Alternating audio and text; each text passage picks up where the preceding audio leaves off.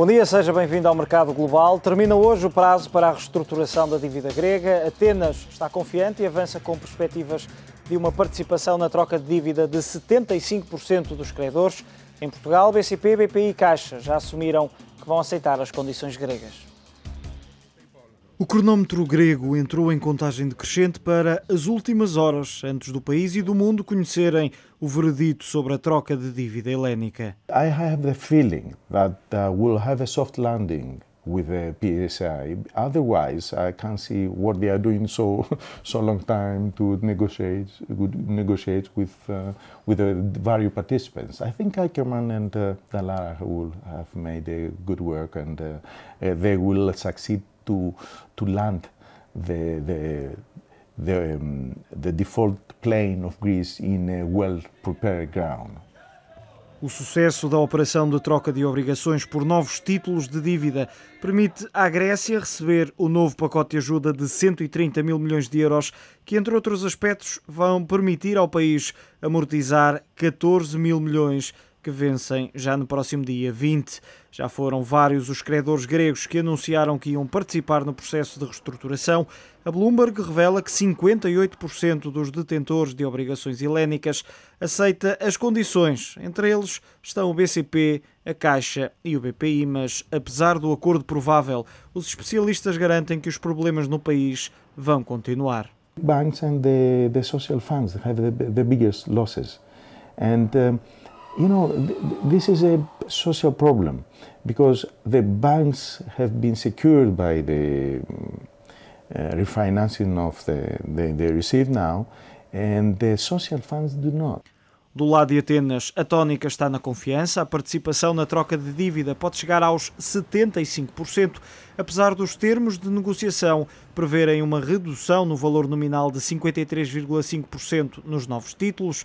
A isto junta-se ainda um corte nas novas taxas de cupão, o que se traduz numa perda total de 75%. Mas e se o acordo falhar? I think it will be a disaster scenario. I don't think that the world now, as it is, can handle a failure on this deal. Se a maior parte dos credores aceitar a proposta da Grécia, o país pode ativar as cláusulas de ação coletiva para forçar os detentores que não aceitaram as condições a assumirem perdas. O prazo para a reestruturação termina hoje. Amanhã são conhecidos os resultados da operação. O BCP, o BPI e a Caixa Geral de Depósitos aceitaram entrar no processo de perdão de dívida grega. Os bancos têm até hoje para dizer se vão perdoar parte da dívida helénica e as entidades portuguesas já confirmaram que vão entrar na operação. No total, os bancos portugueses detêm cerca de 1.500 milhões de euros. Só o BPI e o BCP reúnem 700 milhões em títulos gregos. Já o Banco Público detém 133 milhões de euros. Entidades como o BES e o Santander Tota garantem que não investiram nestes ativos. A dívida grega foi uma das responsáveis pelos resultados da banca para terreno negativo. Os grandes bancos perderam um total de 1.500 milhões de euros.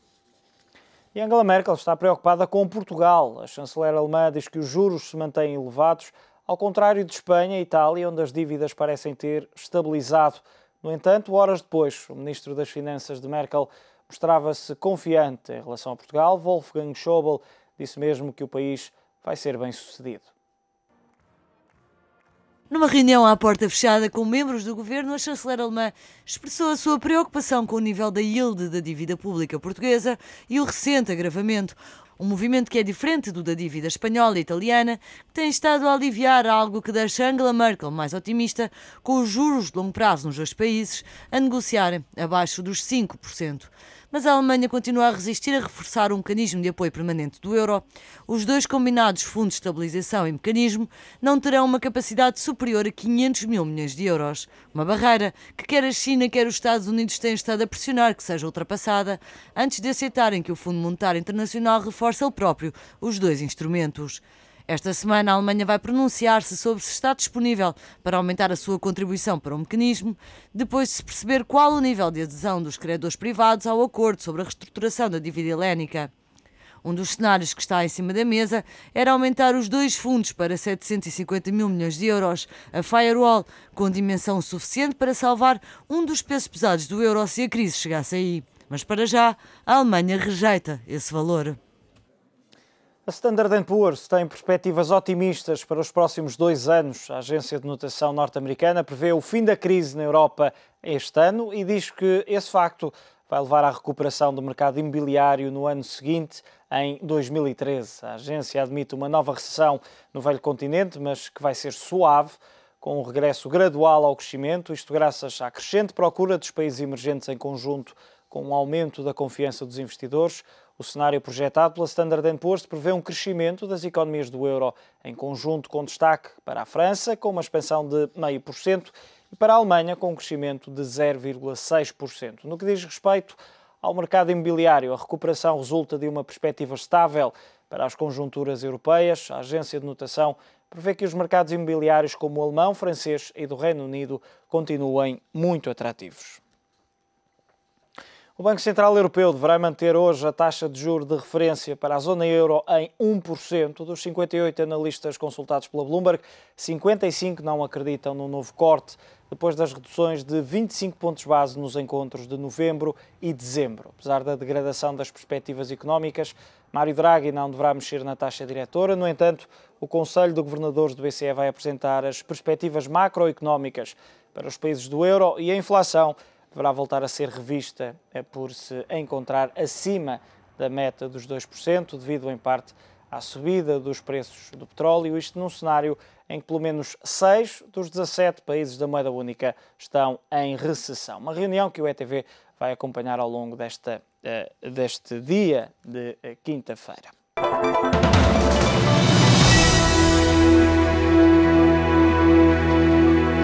Olhamos para os mercados num dia em que as expectativas são muito elevadas em torno da operação de troca de dívida grega. Para já o saldo é positivo. Em Lisboa o PSI 20 está a subir nesta altura 0,87%. FTSE londrino ganha 1%. CAC 40 de Paris 1,5%. DAX alemão também 1,5%. E o IBEX de Madrid 0,86%. Destaques no Stock 600 Europe, Basic Materials ganham 2%, assim como o setor industrial. Ainda o setor financeiro a negociar também em alta esta manhã, 1,76%. Destaques pela positiva na banca, BNP Paribas sobe 3,7%, subida idêntica para o Deutsche Bank. Ainda o euro-dólar, a moeda única hoje a ganhar terreno face à divisa norte-americana, quase 0,5%, a valer 1,3212 dólares. A Ásia, muito impulsionada pelos dados macro do Japão, a economia japonesa, a terceira maior do mundo, caiu menos do que o esperado em 2011.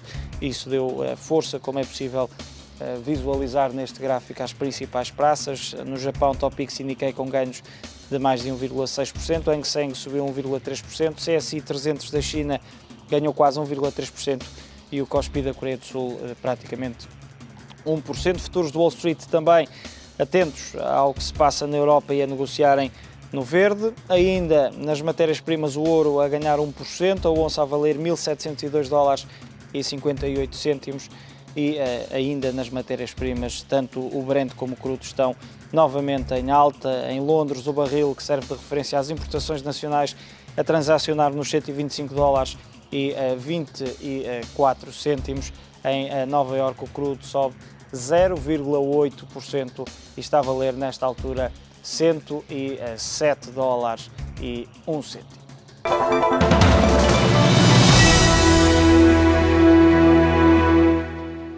E em estúdio, para analisar os destaques do dia, está hoje Duarte Leite Castro, analista da IG Markets. Duarte, muito bom dia. Em primeiro lugar, muito obrigado por estares presente neste mercado global.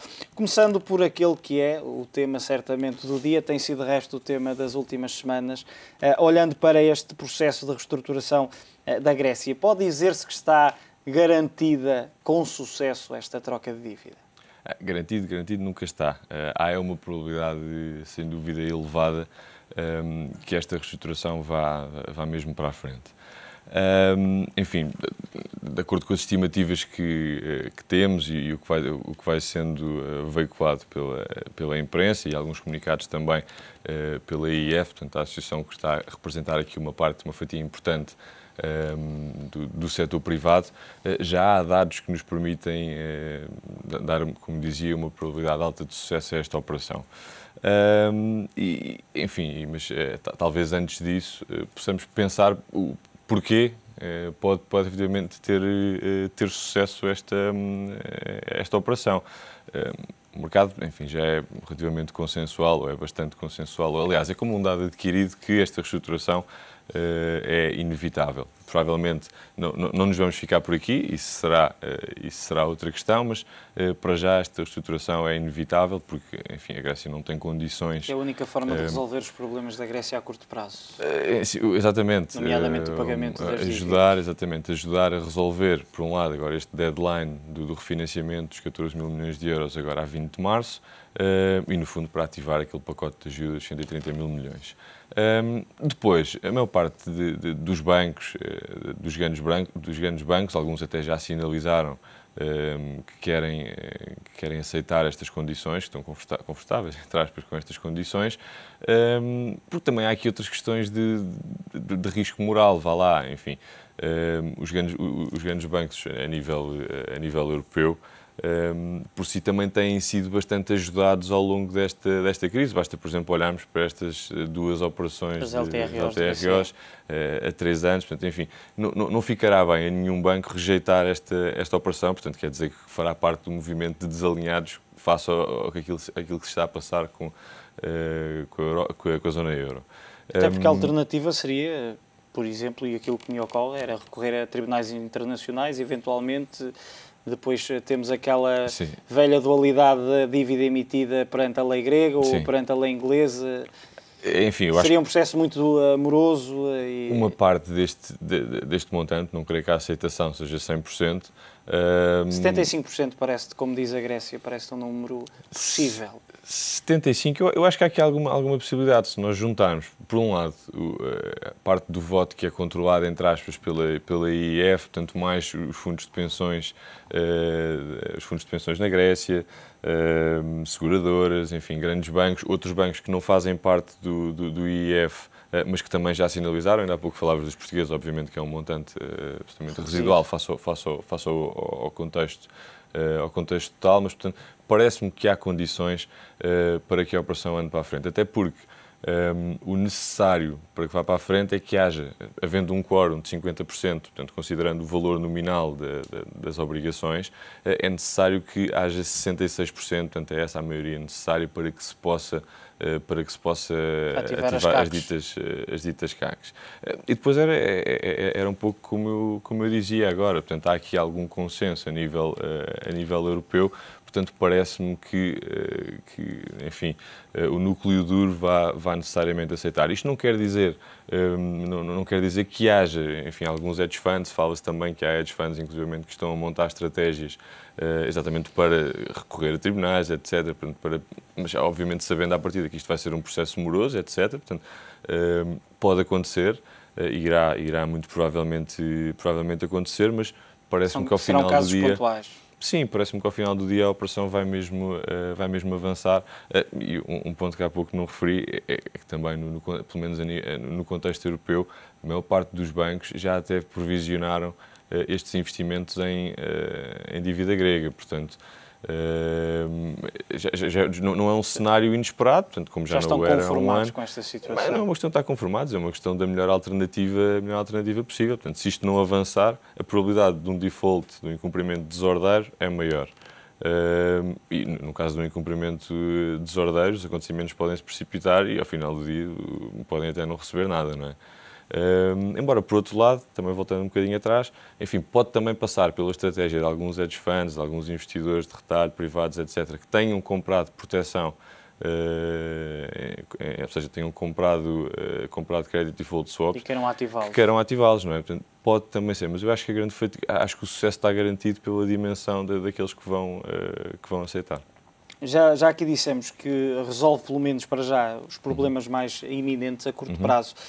O professor de Economia que vimos nesta reportagem dizia que não resolve os problemas, ou de uma forma geral, não resolve os problemas da Grécia. Pode entender-se, ou parece-te, que está-se a tentar adiar um problema que é pelo menos, eu diria, de difícil resolução. Enfim, também obviamente os responsáveis Está-se a tentar ganhar aqui na algum Europa, tempo. claro, os responsáveis na Europa nunca o vão afirmar, portanto, mas a verdade e o próprio histórico que temos destes acontecimentos recentes de Grécia, zona euro, decisões, não decisões, adiamentos, etc., nos fazem pensar que sim, e também, se juntarmos a isto algumas contas, não é?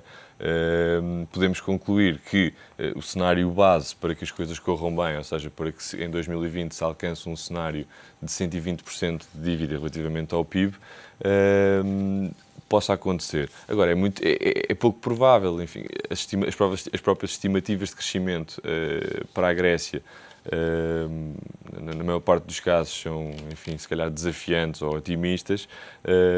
Enfim, as próprias receitas, estamos a falar, há 50 mil milhões de euros que estão a ser considerados como receitas futuras que virão, por exemplo, da parte das privatizações, que ainda vão ser feitas, mas já vi estimativas de algumas casas de investimento que apontam provavelmente para um valor que represente metade desses 50 mil milhões. Portanto, há aqui muitas... É muito difícil atingir um rácio de 120%. Aliás, também está difícil de provar que um rácio de 120% é suficiente, de dívida face ao PIB, mas é muito pouco provável que cheguemos a 2020 com esse rácio cumprido. Portanto, há muitas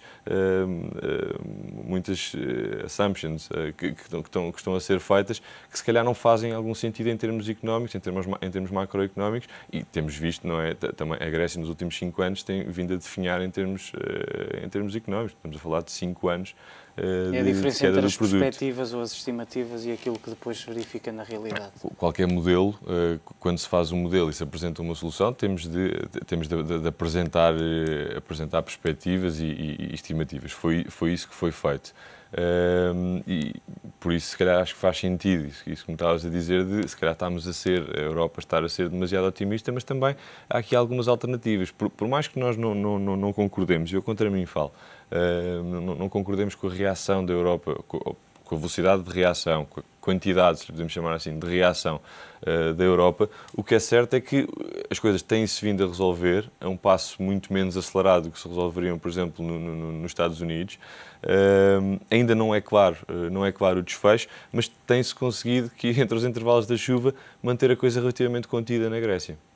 E a verdade é um pouco essa, não é? Daí que há aqui alguma possibilidade de não ficarmos por aqui na Grécia. Isto pode não ser o último bailout. É benéfico para Portugal chegar-se a este consenso, pelo menos agora? Só antes disso, relativamente ao segundo bailout, do segundo para um terceiro eventual bailout, obviamente. Se este ainda não está, claro, já se fala, mas aqui o problema é que depois a maior parte da dívida vai passar para mãos públicas, portanto é uma questão politicamente muito mais sensível, porque aí vão ter de ser as entidades públicas a tomar a decisão de aceitar algum outro tipo de corte de valor nominal das obrigações, ou então a Grécia unilateralmente tem sempre essa hipótese de escolher sair do euro e entrar em cumprimento. Relativamente a Portugal, o que me perguntavas, quanto mais a situação for contida na Grécia, melhor para nós é. Acho que já está cada vez mais claro que os objetivos do nosso, mesmo que atinjamos os objetivos do plano de ajuda da Troika, que foi desenhado pela Troika para Portugal, é pouco provável que em 2013 regressemos aos mercados. Portanto, provavelmente vai ter de ser aqui criada uma outra alternativa, e está a ser criada. Vai ser preciso mais dinheiro. Provavelmente mais dinheiro, ou então condições especiais de financiamento. Portugal pode regressar ao mercado, mas não ao mercado que as pessoas estavam à espera. Enfim, mas daí a questão do mecanismo europeu de estabilização financeira, que poderá então substituir-se ao mercado, como aliás tem vindo a fazer. Duarte, em 30 segundos, esperas alguma novidade neste encontro de hoje do BCE? Enfim, expectativas de manutenção de taxa de juros, Embora haja países da zona euro em recessão, então com um crescimento muito baixo, a verdade é que alguns sinais económicos têm vindo a sustentar a tese de que para já não são necessárias novas medidas. Por um lado, há aqui o outro risco também da questão do petróleo, portanto a subida dos preços do petróleo, muito embora essa subida dos preços do petróleo possa também ser compensada por uma redução da procura, não é? E então aí suster a inflação, que embora a níveis mais altos ainda pareçam ao BCE aceitáveis para assegurar a estabilidade dos preços. Portanto, para já não acredito que subam taxas, pelo menos que se deixam taxas, pelo menos nesta reunião. Duarte, muito obrigado pela tua análise e pela tua vinda a este mercado global. Duarte Leite Castro, analista da AG Markets. Altura para um curto intervalo, não sai daí.